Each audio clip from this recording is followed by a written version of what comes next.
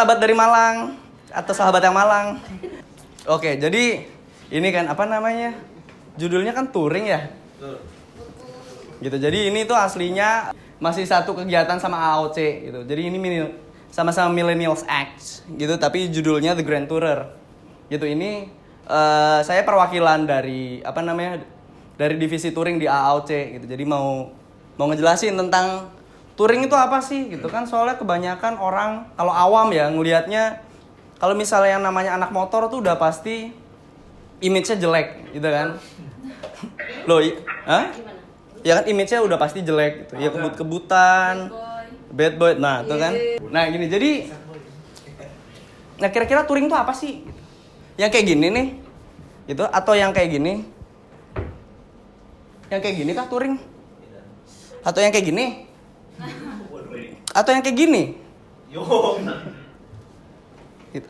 Nah, sebenarnya touring itu apa sih gitu? Nah, touring itu tuh aslinya kita jalan-jalan. Ya kan, jalan-jalan jarak jauh. Aslinya bisa pakai motor, bisa pakai mobil gitu. Jadi kita konvoy perjalanan jarak jauh. Nah, tapi yang mau dibahas sekarang itu tentang motor ya. Nah, jadi yang gambar-gambar sebelumnya ini belum tentu touring. Ini bisa aja bapak-bapak manja yang jalan-jalan naik motor. Gitu kan. Nah, cuman kalau ngelihat begini, ini kemungkinan besar pasti anak touring. Jangan dilihat dari motornya. Jangan mentang-mentang dia motornya bebek dibilang bukan anak touring. Jangan dilihat mentang-mentang dia cuma pakai jaket hoodie doang dibilang bukan anak touring. Malah yang kayak gini, yang nyalinya itu bisa sampai dari Sabang ke Merauke. Itu kalau misalnya kalian pernah lihat anak Vespa, itu soalnya saya pernah ketemu di Jakarta. Itu tuh dia tuh jalan dari Aceh mau ke Surabaya. Dia nyasar mau ke Lebak Bulus, tapi nyasarnya itu sampai Ancol. Iya, mereka cuma bertiga. Menurut pengalaman mereka ya, kalau di kota kan ban bocor oke gitu, masih bisa beli. Asal ada duit bisa beli.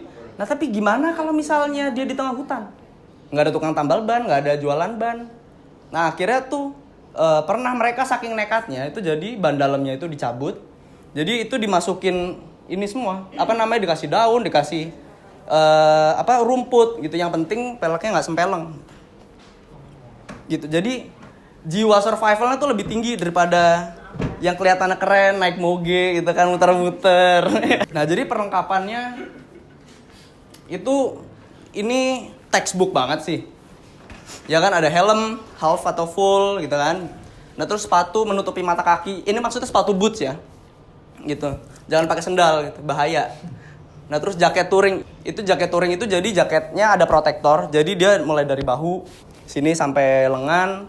Terus ada juga di dada sini ada protektornya gitu. Kadang-kadang malah di belakang itu di bagian punggung sini itu dia punya kayak resleting gitu. Itu buat tambahan lagi pengaman kalau enggak dipakai buat botol minum aslinya. Kalau ngelihat di MotoGP gitu ada punduknya gitu kayak onta. Itu bukan cuma buat bergaya doang, itu aslinya botol minum.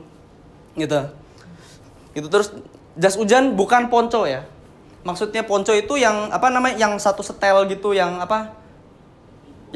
dari atas sampai bawah satu, terus nanti kebuka depan belakang. Ya ini jas hujan yang two piece.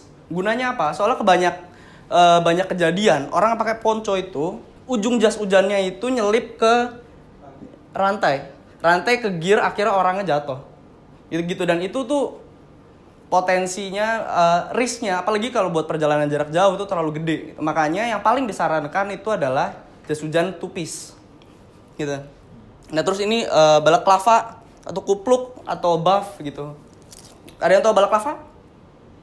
Gitu, jangan-jangan saya ngomong sendiri. Oke. Jadi balaclava itu topeng ski yang kelihatan cuma mata doang atau mata dengan mulut gitu. Itu gunanya buat protektor kedua setelah helm.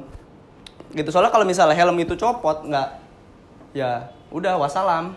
Gitu kan. Jadi itu yang paling penting. Nah, terus ini arm dan knee protector ini opsional ya. Jadi kalau misalnya ada yang di jaket touring itu udah built in gitu. Ada juga yang dia terpisah gitu. Gambarnya kayak gini. Ini dia. Ini jadi jaket protektor. Ini jangan dilihat mereknya ya, karena ini merek mahal. Ya maksudnya ini ada protektornya itu. Ini belum tentu kulit, ini bisa juga bahannya tuh kayak nilon, tapi nilonnya kayak jaring ikan gitu. Jadi dia tetap ada busanya. Gitu. Jadi ini empuk gitu kan. Nah, terus ini tadi contoh nih protektor ya. Gitu. Ini jadi dia dari lutut, dari dengkul sampai tulang kering sini dia ngelindungin gitu. Nah, terus sarung tangan itu yang dianjurkan yang full. Kalau misalnya dalam kota, oke lah half. Gitu. Yang dimaksud full itu jarinya full. Ya soalnya kan ada sarung tangan yang cuma sampai knuckle-nya sini doang kan. Nah itu jarinya sama sekali nggak terlindungi gitu. Open langsung. Kalau misalnya kena aspal, wassalam. Gitu. Nah terus ini helmnya, ini contoh helm full face ya, semua orang tahu kan? Wajib ya, mau enak atau nggak enak, karena nomor 1 itu safety. Gitu. Safety can be fun. Nah ini dia, ini cara berkendaranya. Jadi di dalam touring itu kita kayak march gitu, kita baris. Yang paling depan itu namanya RC, Road Captain. Selalu di depan, dia yang jadi penunjuk jalan, dia yang harus tahu kapan nyalip, kapan enggak. Dan setiap kali dia mau nyalip orang, dia harus mikir di belakang itu rombongannya bisa ngikut atau enggak. Gitu, karena nggak boleh keputus. Kalau misalnya sekali keputus, nanti keselak terus, lama-lama orang hilang. Ya kan, apalagi kalau dalam kondisi kita nggak pakai intercom, kita cuma pakai isyarat doang. Gitu. Nanti setelah ini ada isyarat-isyaratnya. Gitu. Nah, terus sweeper jangan mencuri. Nah, sweeper ini yang paling belakang. Jadi dia itu tugasnya buat menutup barisan. Gitu. Sweeper ini butuh orang yang nyalinya paling tebel. Yang nyawanya double. Gitu, karena dia harus nutup barisan, dia harus ngusir orang yang nyusup di dalam.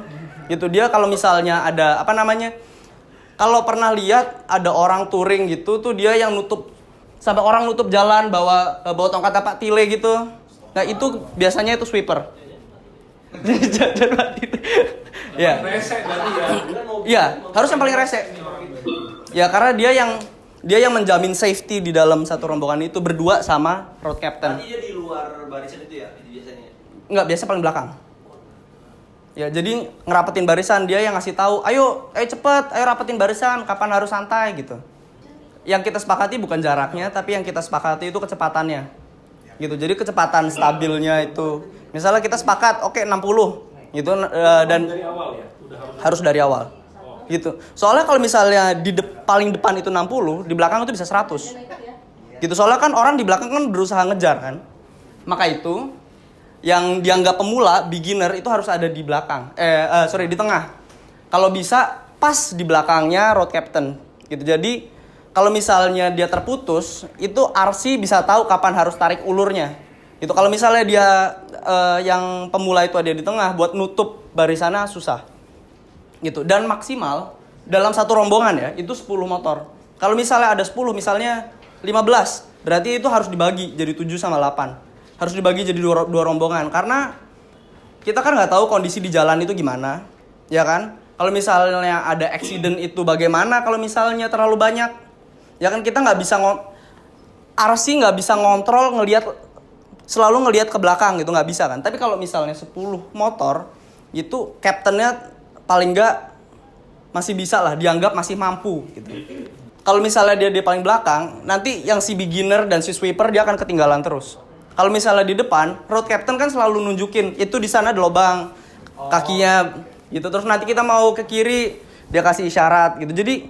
Jadi dia langsung nerima isyarat persis dari RC gitu, dari road captain-nya.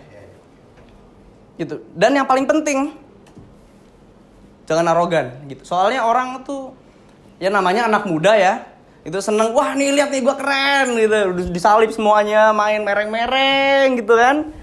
Nah itu yang aslinya itu nggak cuma di touring doang ya, soalnya naik gunung pun gitu dengan Bapak Errol itu juga sudah pernah dikatakan nggak usah sok ide gitu, kita ngikutin orang yang sudah berpengalaman aja gitu, kita cari aman gitu.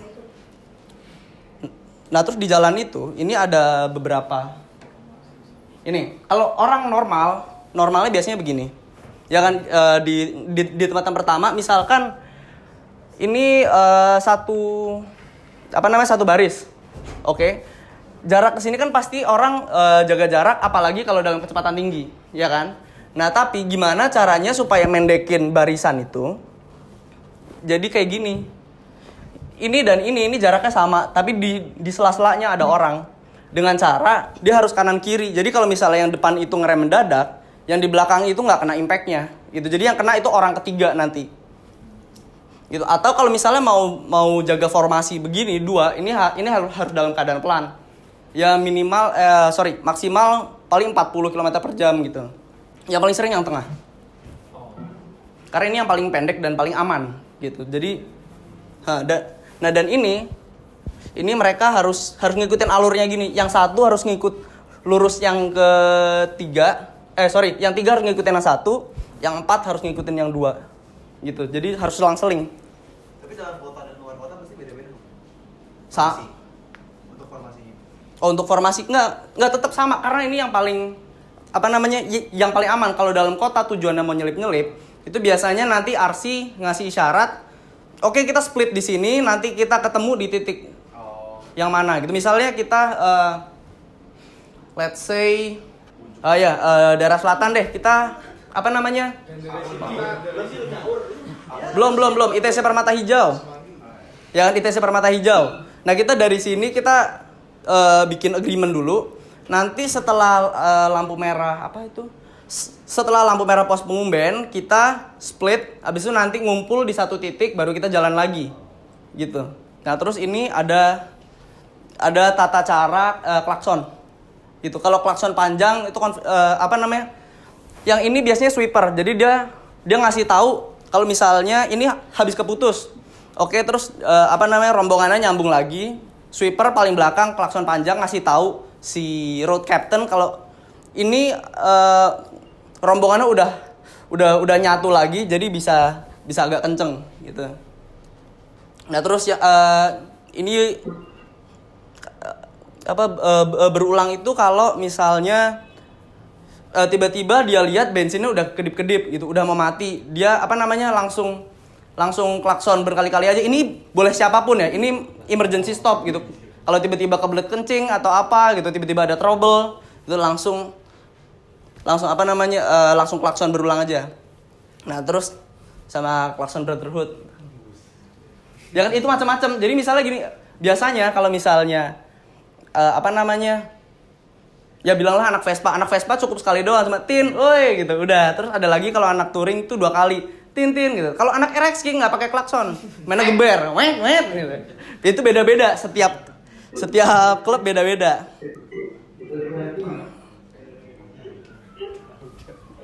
Terus ini ada tata cara kalau misalnya ini dia kalau keputus. Nah, jadi sweeper ngasih ngasih yang tadi yang berkali-kali gitu supaya RC ngurangin kecepatan gitu. Baru abis itu kalau misalnya udah nyambung lagi, dia ngasih kode klakson panjang supaya stabil lagi kita jalannya. Nah, terus ini ada hand sign-nya, kode isyaratnya tadi. Ada kalau lobang bagaimana kalau misalnya mau isi bensin gitu kan. Ini bisa dicari di Google kalau misalnya mau lebih terperinci karena ini banyak. Gitu kan, ada kalau misalnya mau nyalip gitu, nanti RC itu harus begini supaya rapat rombongannya, nggak boleh ada jarak. Itu kan siap-siap maju gitu. Jadi semuanya ini ada hand sign-nya, ada isyaratnya gimana. Karena kan kita nggak bisa ngomong pas lagi di motor gitu, keadaan lagi suara knalpot kenceng, suara truk kenceng, suara angin gitu, kita nggak bisa ngomong kan. Satu-satunya adalah pakai begini gitu. Kecuali semuanya kita pakai intercom. Itu misalnya pakai Sena, pakai Encom, atau yang paling low budget itu pakai Discord. Iya, serius. HP Discord. Jadi tinggal dicantolin aja kan, headset kan 2. Yang satu kan ada buat mikrofonnya, satu ada buat dengerin. Ya udah, jadi dipasang yang satu buat dengerin, yang satu di set bagaimana supaya deket mulut. Baru ditutup sama buff. Gitu, atau sama balaklava. Nah, baru open Discord gitu. Ya udah, kita mau berberapa, kita tetap ngomong di situ, kita ngobrol, kita bisa dangdutan di situ gitu. enak jadinya, nggak perlu ya ini tetap perlu gitu, maksudnya ada beberapa keadaan yang kita tuh nggak sempat ngomong gitu, tiba-tiba harus ngisi bensin atau misalnya nanti ngasih isyarat ada lobang gitu pakai kaki gitu ya kan. Isyarat yang paling sering yang mana, Bin? Kan kita kan nggak mungkin semuanya tahu atau ingat dong. Pasti ada yang beberapa tuh yang udah pas standarnya lah, misalnya antara jalan atau apa nyalip atau mungkin. Yang paling sering itu 2. Pertama ngasih tahu lobang, itu pakai kaki, nunjuk lobangnya di mana, di kanan atau di kiri. Gitu. Yang kedua itu buat perlambat. Gini. Itu buat perlambat. Iya, maksudnya supaya pelan-pelan gitu, jangan kenceng-kenceng. Gitu. Jadi, nah, habis itu tata caranya ini yang begini nggak boleh road captain doang. Kalau misalnya kita di depan ngelihat ada orang bikin isyarat, kita harus ikutin supaya di belakang tuh tahu.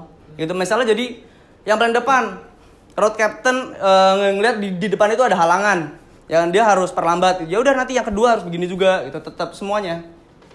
Gitu. Jadi kayak pesan berantai sampai paling belakang. Gitu. Jadi semua satu rombongan tahu kan. Nah, terus ini toolkit yang aslinya nggak wajib ada sih, cuman gimana ya, bilang nggak wajib juga salah, wajib juga salah gitu. Ya cuman ini yang seharusnya diperlukan gitu. Itu kunci pas, gitu, terus kunci busi, apalagi kalau misalnya motor-motor masih pakai karbu, cuman rasanya kebanyakan sini udah injeksi semua ya, gitu. Gitu terus ada obeng, rasanya kalau misalnya kunci pas, tang, obeng, terus mana lagi ya?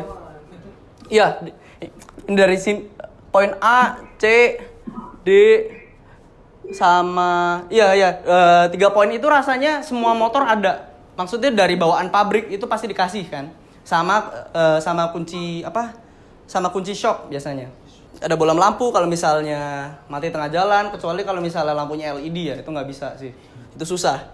Itu terus tali kopling itu buat motor-motor kopling. Kalau misalnya Matic mah itu udah tinggal gas sama rem doang kan.